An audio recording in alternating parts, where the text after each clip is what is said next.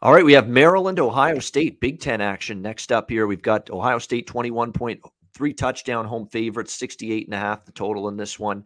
Uh, I think this is a good buy low opportunity here for Maryland and their offense here, and at least in terms of their offense, because they got embarrassed by Iowa on Friday night. And look, Iowa can do that to a lot of teams. They already did it to Indiana. Just ask Michael Penix how he felt after playing Iowa.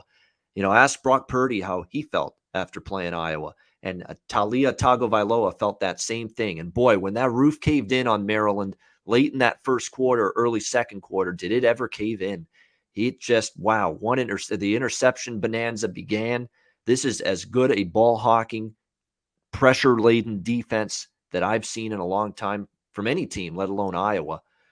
They've just been outstanding. And I don't say, wow, Maryland's offense brutal in that game, that they can't bounce back. They're still a pretty good offensive football team in my mind. I think you're going to, now the question is, they did suffer key injuries at receiver Friday night against Iowa.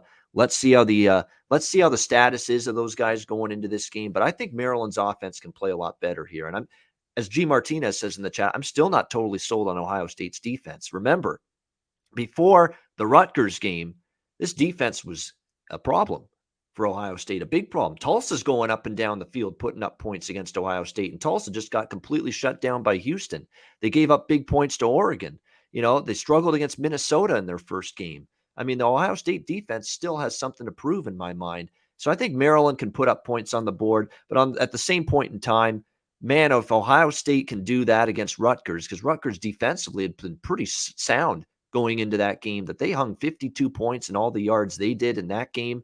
What can they do here against Maryland's defense? Which, look, Maryland's defense allowed a pedestrian passing game for Spencer Petras, who hasn't done much at all, Conor, throwing the football this year. He's making plays all over the place, dropping dimes in the passing game against this Maryland defense. That's not good now going on the road to the shoe here against C.J. Stroud and an offense that's coming off a dominant offensive showing. They ran it. They've got Olave and Wilson in the passing game. So I'm not betting a side here, but the total does interest me. I think we can get over 67.5, 68.5. It's a high number. I think historically we've seen higher scoring matchups with these two teams as well. I'm just going to briefly check the series history, but off the top of my head, I think we've seen high. Yes, we have. Look at them. 6 straight overs head to head. 52-24, 49-28, 62-14, 52-51, 73-14. 2 years ago, Ohio State hung 73 against this team. So I think Ohio State puts up 48, 49, and I think you can get 21, 24 out of Maryland.